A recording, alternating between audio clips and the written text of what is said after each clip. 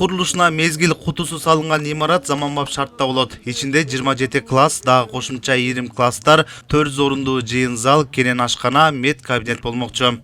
Айрыкча спорттук инфраструктурасы эң жогорку деңгээлде болот. Чоң стадион, машыгуучу зал, футбол таласы, волейбол жана баскетбол аянтчалары, воркаут зонасы, балдар үчүн оюн аянтчасы болот. Бул мектеп шаардагы билим гана эмес, спорттук жана маданий жашоонун да борборуна айланат. Түз сөздү айтуудан качпашыбыз керек. Ушул мектеп экономика илимдеринин доктору, кыргыз коомунда Газпром деген күчтүү каганатты курган кыргыздын азаматы улуу Болот Эралханович Абилдаевдин каражатына салына турганын баса белгилеп кетем. Биздин жаш өспүрүмдөр жакшы билим алып, талас эмес Кыргызстанды гүлдөтүш керек, таласты дүйнө жүзүнө дүңкүрөтүш керек. Биздин оюбуз ошол. Планыбыз боюнча бул мектепти биз эмки жылы ушул жай айларында, июль айында бүтүрөйүн деп атабыз. Бүтүрүп, анан август айында Талас мэриясынын балансына өткүзүп беребиз, бийлик катары. Ичине баарын жаптып, мебель, оборудование барын кашыгына чейин, посудасына чейин барын эметип беребиз. 1,5 жылдын ичинде барын бүтүрүп бергенге мен убада берем. Өлкө боюнча аянычтуу абалга келип калган мектептер жылдап жаңыланып жатканын айткан төрага мындан ары дагы өзгөлөр болот деди. Азыр абал өзгөрдү. Мектептер, социалдык объекттер тынымсыз курулуп жатат. Бишкекте 5 айдын ичинде эле 15 мектеп, 3 бала бакча курулду. Өлкөдө 2023 жылы 143, 2024 жылы 190 мектеп жаңы салынды. Акыркы 2 жылда Талас облусу боюнча 23 мектеп, 7 бала бакча жаңы салынды. Жалпы билим берүүгө 2020 жылдагыдан 3 эсе көп каржылоо бөлүнүп жатат. 2020 жылы 37 миллиард болсо, 2024 жылы 81 миллиард сом бөлүндү. Алдыда билим берүүдө күчтүү реформалар көп болот. Ушундан улам билим берүүдө күчтүү реформалар арбын болот.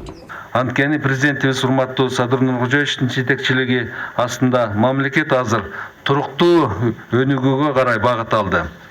Экономикадагы береке байлыктын көрсөткүчү болгон ички дүң продуктунун көлөмү 2020 жылы 598 миллиард сом болсо, 2024 жылы 1,5 триллион сомго жетип, 3 эсеге өстү. Тарыхта триллион деген баскычтан өттүк. Ырыс алды ынтымак, мындан ары эл ичинде бекем ынтымак, жан жерибизде тынчтык гана болсун. Ушул мектептен Кыргызга кызмат кылган азаматтар өсүп чыксын деген ак батабыз менен баарыбыз ушу чогулуп ачылышына келели. Мына бизде мектептер сында эскирип калды. Талас шаары өзүп атат. Анан муну 910 орундуу мектеп салынган бул эң жакшы биздин шаардын өнүгүү өсүшүндө эң жакшы өбөлгө боло турган нерсе деп ойлойм да. Анан эми Талас шаары өсө берсин. Айым эл көбөйөт экен, эл өсөт экен. Биринчи жолку бир жаңы заманбап мектеп курулат деп баары сүйүнүп атабыз.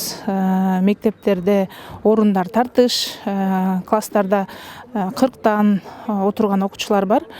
Кудай буйруса, ушундай жаңы мектептердин бүтүшү менен ошондой көйгөйлүү маселелер акырындан чечилет деп ойлойбуз.